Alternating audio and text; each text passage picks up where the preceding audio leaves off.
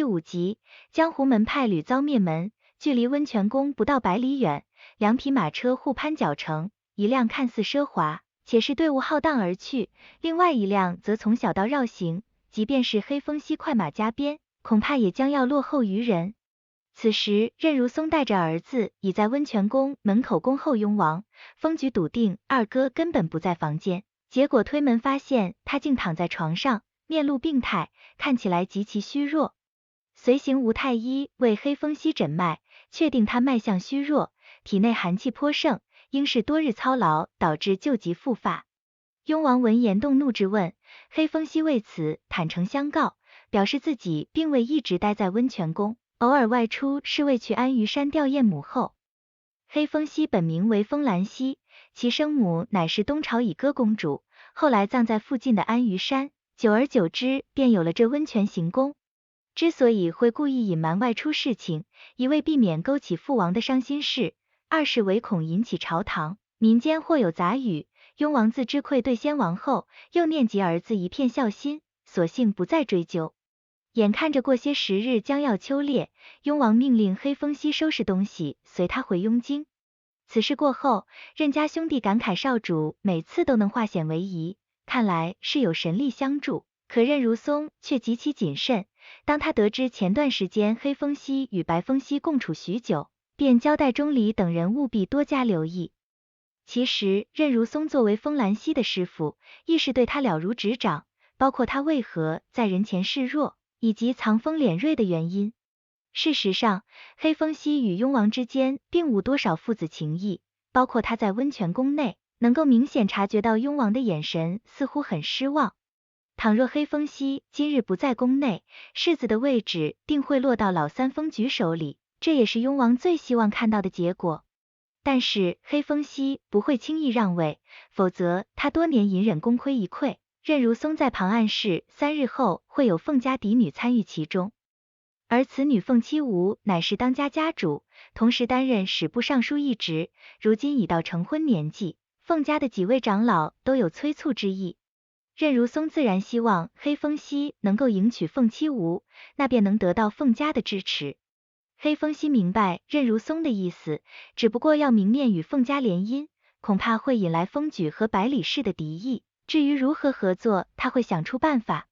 这次能够顺利平息风波，环娘同样是功不可没。黑风息主动关心他的伤势，并且让人从天宫坊寻来一只钗子，引得其他侍女艳羡不已。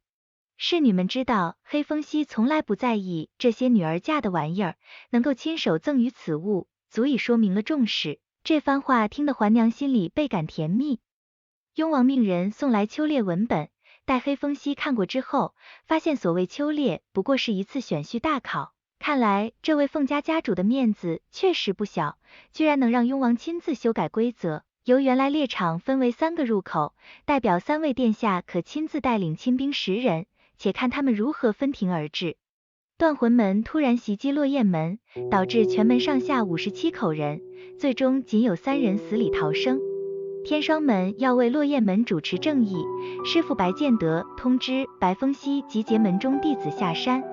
怎料沛城铁家竟也惨遭灭门。早于他们动身之前，白建德吩咐众人各分2路调查，天黑之时在城东的宣义客栈碰头。黑风息得知白风息已经回到天霜门，只是最近江湖不太平，烈阳门、落雁门和轩辕宗等10余江湖门派皆是遭到断魂门的屠杀。考虑到天霜门卷入风波之中，黑风息让钟离安排苍翼监视动向，应该会有更多发现。白风息跟着师傅去义庄检查铁家尸首，证实他们都是死于断魂门之手，看来其背后势力死灰复燃，必须得先除之而后快。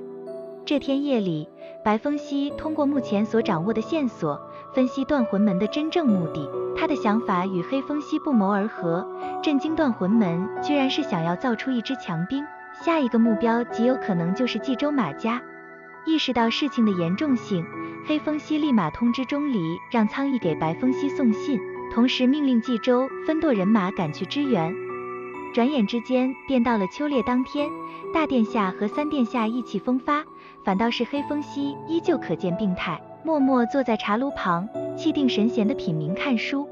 凤七梧在不远处观察雍王的3个儿子，发现长子封长为猎杀鹿王，不惜以诱鹿为饵，手段实在是过于残忍。至于封举一门心思都在寻找豺狼，说明他是好大喜功之人，不过仗着继王后百里氏才会如此猖狂。当凤七梧目光转向黑风息，同样瞧不上眼，觉得对方不过是个手无缚鸡之力的病秧子。然而凤七梧在狩猎时意外遭遇狼群合围，幸好黑风息及时出手相救，令他一改刻板印象，不自觉地生了爱慕之心。